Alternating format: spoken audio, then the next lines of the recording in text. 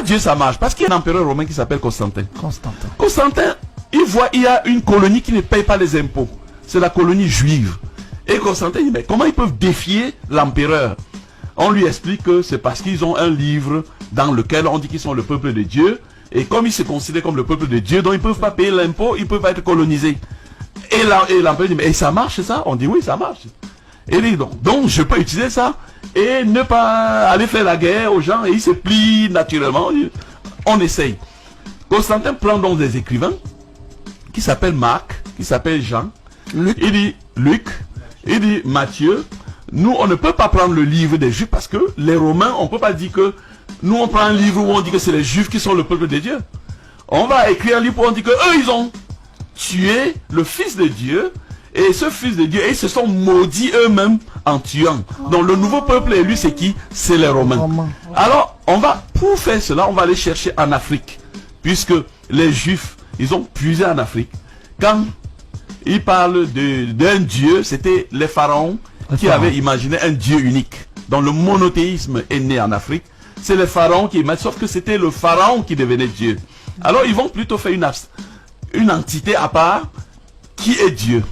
Donc il corrige les pharaons. Et Constantin, il est au courant, on retourne en Égypte. On prend un livre qui s'appelle le livre des morts. C'est un livre qui a 5000 ans. Et c'est dans ce livre qu'on a expliqué comment une reine égyptienne va recevoir un ange qui lui dira, tu vas enfanter. Et c'est comme ça donc qu'on va écrire toute l'histoire de Jésus. Jésus n'a jamais existé. Il est l'invention de Constantin. Et Constantin va donc réussir à utiliser cette nouvelle religion et pour dompter toute l'Europe jusqu'au nord de l'Europe sans plus utiliser les armes. Mais Constantin commet une erreur parce qu'il est trop gourmand. Il veut maintenant aller à l'Orient. Il forme les cardinaux qu'il laisse à Rome. Il déplace la capitale de Rome à ce qu'on va appeler Constantinople, en Turquie actuellement. Oui. Quand il va donc à Constantinople, par derrière, les cardinaux qu'il a formés lui font le coup d'état.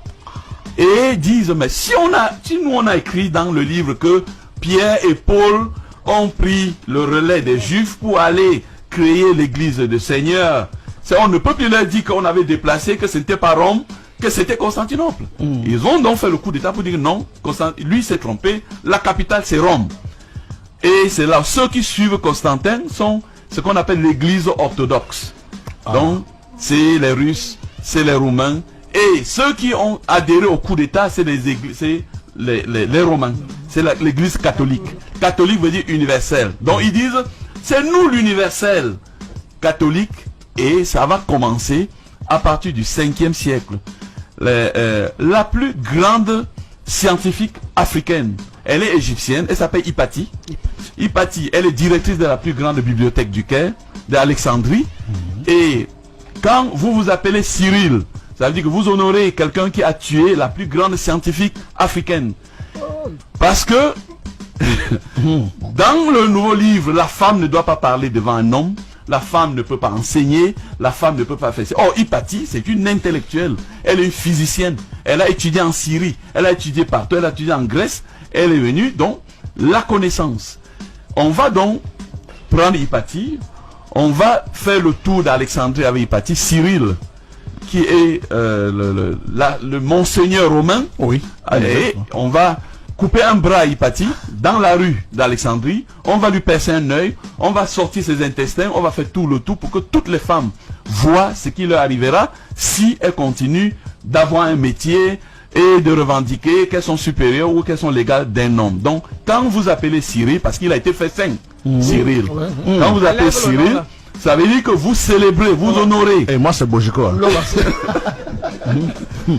Et on va arriver dans le 8e siècle où ça marche tellement bien pour les Romains que Mahomet va dire, ah mais tiens, lui dit, je reconnais, Jésus a existé.